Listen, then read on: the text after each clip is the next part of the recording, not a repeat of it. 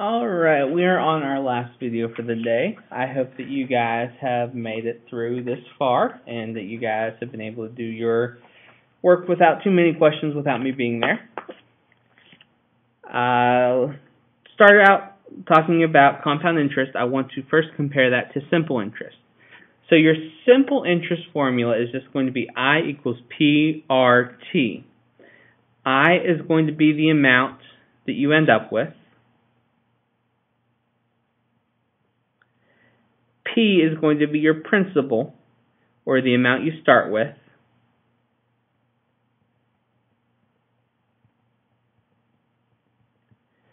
R is still going to be our percentage, and T is still going to be your time.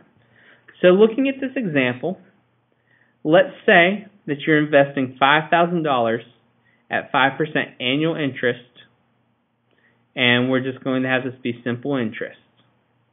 So you're going to start out with $5,000. If you are using this formula, you would be plugging in I equals 5,000 times our R, which in this case is 5%, as a decimal would be 0.05, and your T for the first year would be 1 year. So if we multiply this out, 5,000 times 0.5 times 1,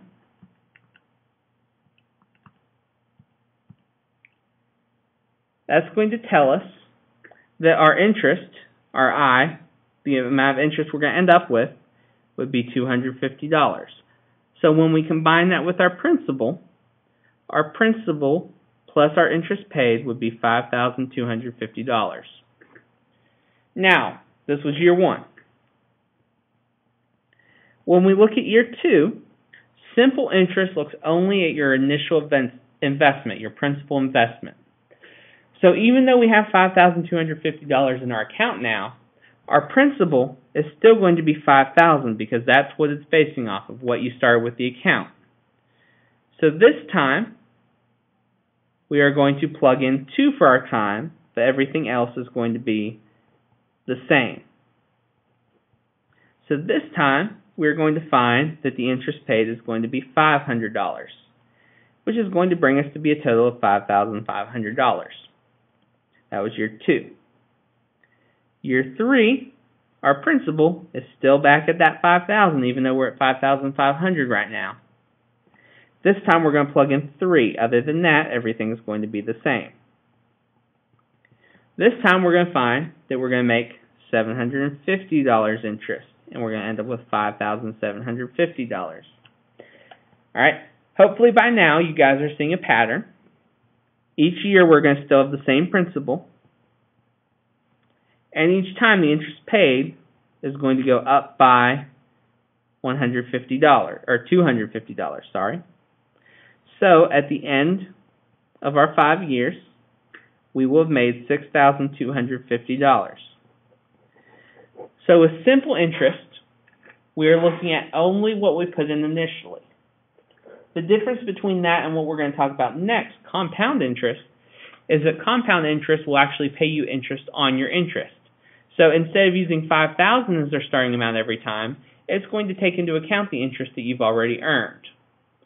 So this is a form of our exponential growth formula. And if you look on the next slide, it's going to break it down for you. This is going to be a very important slide. I would start it so that you guys can come back to it later when you're looking your notes. Our compound interest formula is A equals P parentheses 1 plus R over N, close parentheses, raised to the NT power. Now, that looks like a lot of a mess, but when we break it down, we can see that it's pretty self-explanatory. And let me see if I can focus this a little bit better for us. So A is going to be the amount after our investment. So A is going to be the total amount. And unlike the last one where it just gave us the interest amount, this is going to give us our total amount. P is going to be our principal invested. R is going to be our percentage as a decimal. N is going to be the number of times a year that it's compounded. And it will tell you in the problem how many times it's compounded per year. And T is going to be the length of the term. So, let's look at that same situation. $5,000 invested at 5% annual interest compounded yearly. All right. So this time we're going to compound the interest instead of being simple interest. So we're going to plug it into our formula. So we're going to have A equals, our principal amount was $5,000, parentheses 1 plus, our percentage was 5%, so that's going to be 0.05 as a decimal. Now on this one, it says compounded yearly. So this happens once a year. That's going to be our n. Now that same n we use down there is going to be our n up in our exponent times our t, which is 5 years.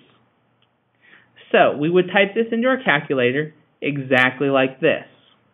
And I will zoom out so you guys can see. But we would turn our calculators on, and this is going to be in the yellow calculator. The blue calculator is just a little bit different, and I'll touch on that when we get there. So it's going to be 5,000, parentheses, 1 plus 0.05 divided by, our n was 1, all right, raised to, and this is where it's going to be a little bit different for the blue calculators. With the yellow calculators, you don't need to worry as long as the number is up in that top. If you have the blue calculators, you'll need to put parentheses at this point to make sure that the 1 times, yes, the 1 times our t, which is 5, is all up there together.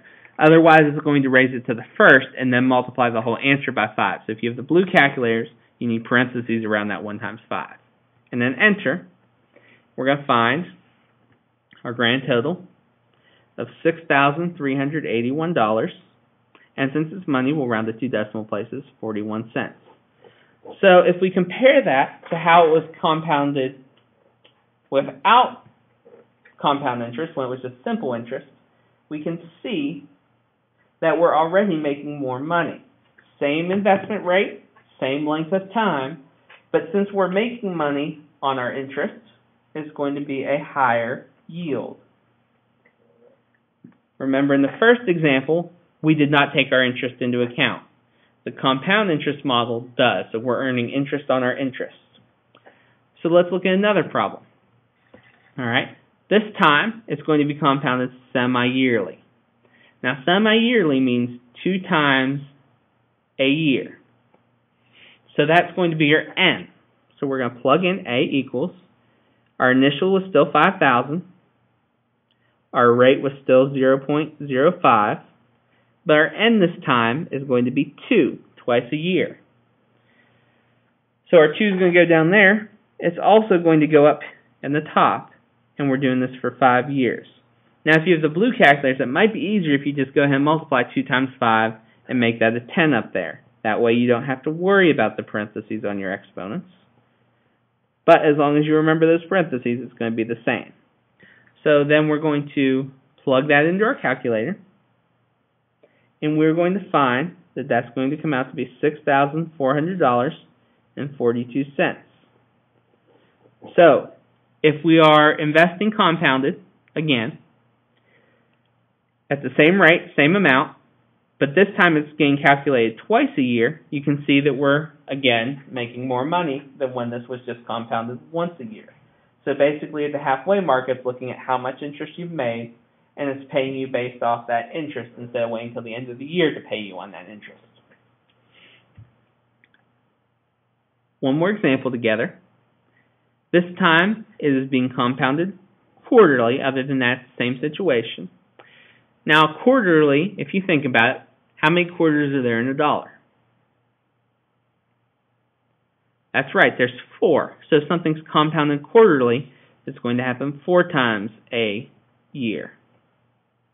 So again, we're going to have A equals 5,000 times 1 plus 0.5 over, this time it's going to be quarterly, so it's going to be 4. And we're going to have that 4 up top for 5 years. Again, if you have the blue calculators, you might want to go ahead and do 4 times 5 in your head and know that that's going to be 20. Otherwise, you can plug it into your calculator like that. And when we plug that into our calculator, we're going to find that it's going to be $6,410.18.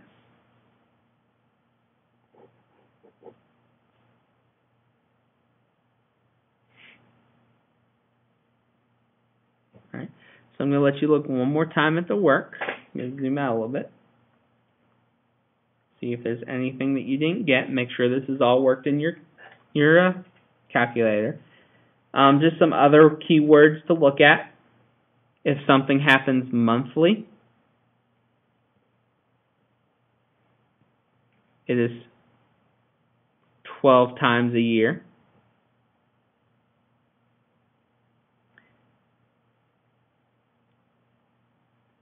If it is biannually, that means twice a year. All right, we said quarterly already was 4 times a year, and that semi-yearly was 2 times a year. So those are some hints to help you as you go along with these type of problems. All right, I want you guys to try the next 3 on your own. So at this time, you guys need to pause the video one more time and give this a try on your own. After about 5 or 6 minutes, and people have had time to work this, then you may resume the video to check your answers.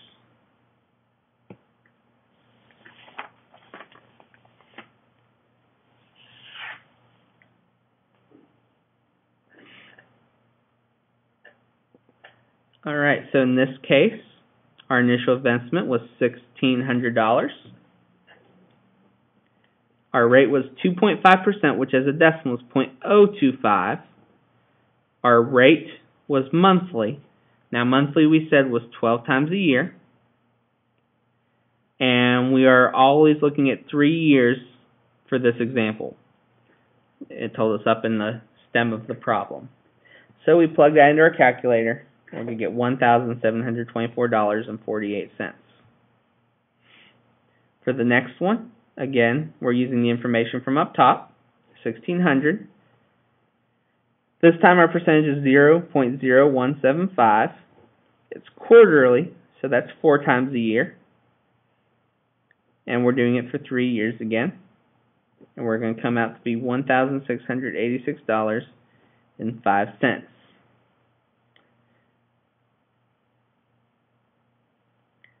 Finally, we did compounded yearly. If it's yearly, that means it's just going to be 1 time a year. So it's going to be 1 for n in both cases. It's going to come out to be $1,799.78. Now notice that even though this happened the least often, it was compounded the least often, it still was the highest amount of money. If you take a look back at your percentages, it's a lot higher percentage than those. So the higher percentage outweighed the benefit of being compounded more times a year. So that's one thing if you're ever looking at a loan, or if you're ever looking at some sort of investment like a, I'm blanking on what they're called, but they're a bond or another COD purchase, then one thing to take into account is both the interest rate and the number of times per year that it's compounded. All right. At this point, if there's still time left in class, I will have the substitute hand out the compound interest worksheet. Work on this for the remainder of class. This one does not need to be completed for homework. We will finish it tomorrow in class if you have not finished it. If you do happen to finish, and there's still time left in class, then what I want you guys to do is to finish this closing that was in your notes. Construct a double bubble thinking map. And if you remember, that would be the one that has, I'll draw it down here where there's more room. 2 big bubbles, we'll say linear and exponential. And in the middle would be bubbles with similarities.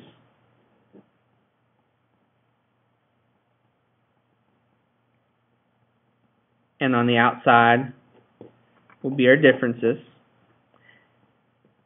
And a good place to refer is that chart we made in that first video. And once you've made that double bubble map, write a paragraph comparing and contrasting linear functions and exponential functions. I don't think you guys will get this far today, but if you do, it's there for you to go ahead and get started on. Alright, hope these videos helped you guys. I hope to see you guys tomorrow, and I hope you guys have the homework done. Again, remember recapping the homework. The first worksheet, linear versus exponential. If you did not finish that in the 20 minutes you had to work on that, please finish that for homework. The exponential growth and decay worksheet that you had time to work on in class, please finish that for homework. The compound interest, if you did not finish in class, do not finish that for homework. We'll pick up on that when we return to class tomorrow. If you have any questions, as always, please feel free to email me. My email address is on the school website, zthomaswick@havershamschools.com. I will do my best to answer those